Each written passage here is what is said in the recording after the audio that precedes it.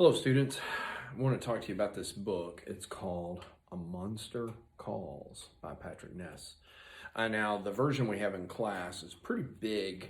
The actual story is not that large. If you order on Amazon, you'd find that you got typically a very small book.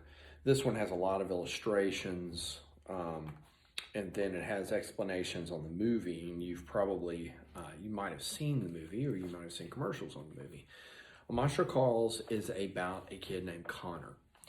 And Connor's got a lot of stuff going in his life, a lot of tough stuff. His mom is sick with cancer. He doesn't really know his grandmother very well, but he's having to live with her. He doesn't find a lot in common. He's losing a lot of friendships in school. He's got a lot of tension with some old friends at school. And things are really going rough for Connor. His dad has left the family, and he's having a hard time coming to the terms of that. Well, Connor ends up having these meetings with a monster. The monster's in the form of a tree, and this monster, which starts off very scary in his life, ends up becoming kind of a guide to him and makes him face some of the greatest fears that he has.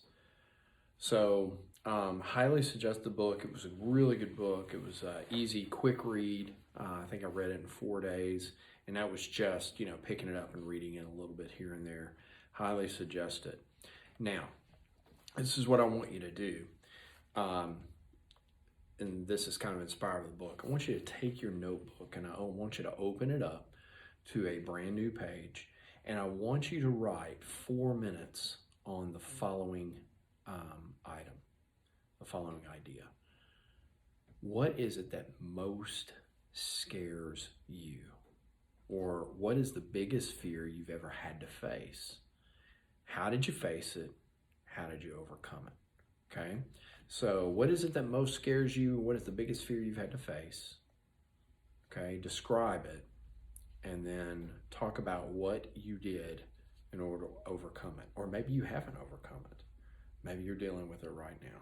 Okay, you got 4 minutes to write. Ready, set, go.